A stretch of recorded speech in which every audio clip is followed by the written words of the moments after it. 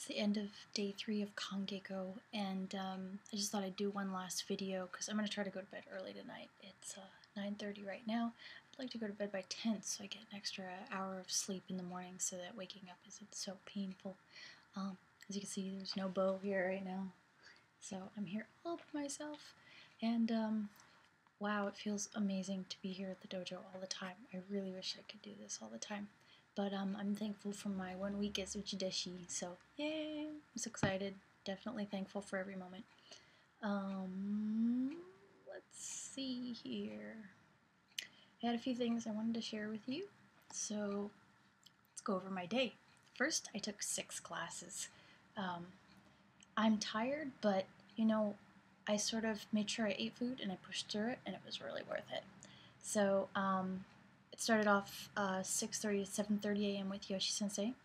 Did a lot of kimusubi work, and then I took a break from 7:30 to 10. I probably should have done more productive things, but somehow I didn't. From 10 to 11:30 was Dave Sensei's class, and that's where I discovered I was terrified of lowering my center because it kind of irritates my hips and makes me afraid to actually do the movement because I feel like I'm going to hurt myself. And so that's the post I wrote where I was really feeling terrified, and I realized I was afraid of doing the technique, but what I was most terrified is the fact that the fear is so paralyzing and I don't really know what to do about it. So you guys gave me a lot of good recommendations, so I'm going to look into those. Hopefully I can work through it because right now I recognize that about 50% of my fear is up here. It's not actually physical.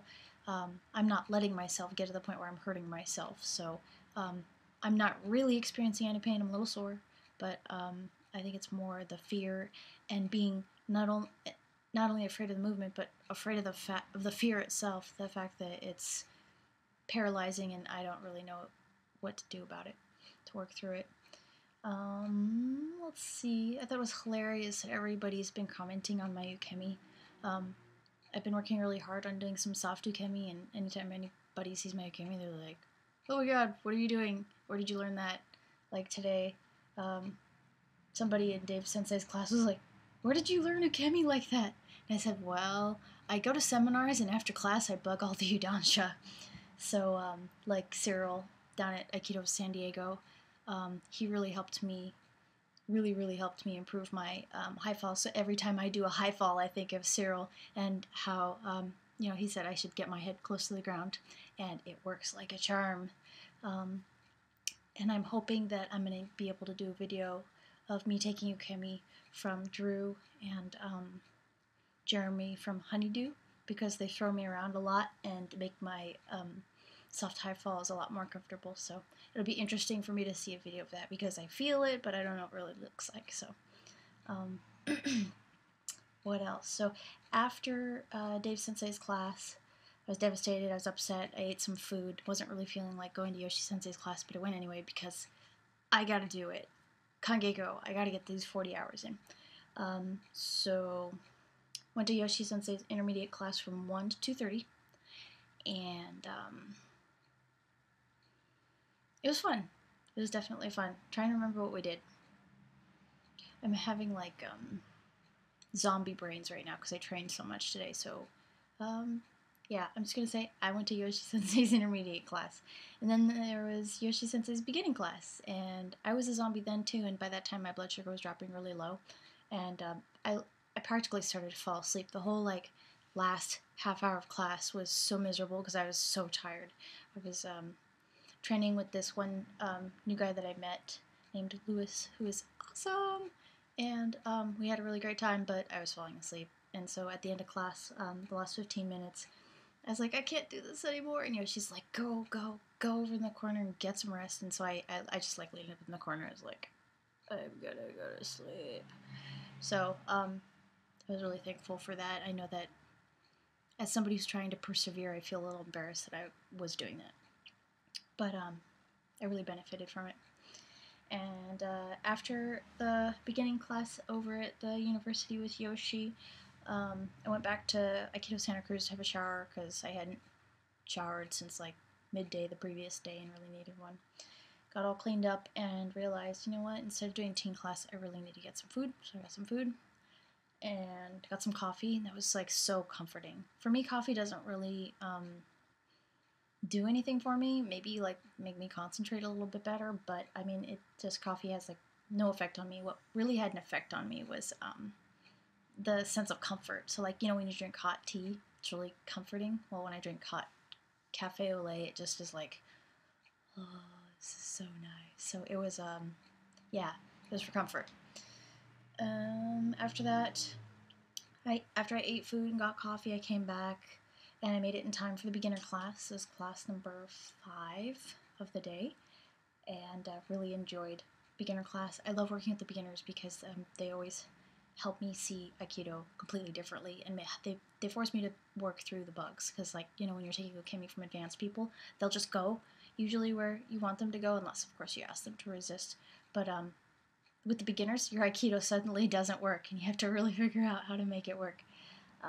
So then after that, there was class at 7 o'clock to 8:30, class number 6 of the day.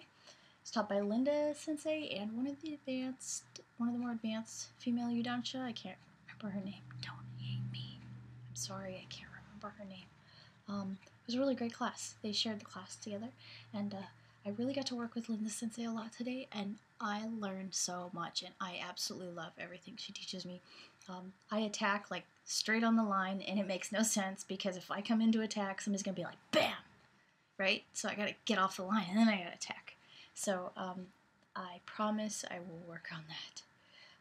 Extending during Morotedori, Kokinage, or Kokiho as my first dojo called it, I just have this tendency to kind of like collapse, or like extend, right?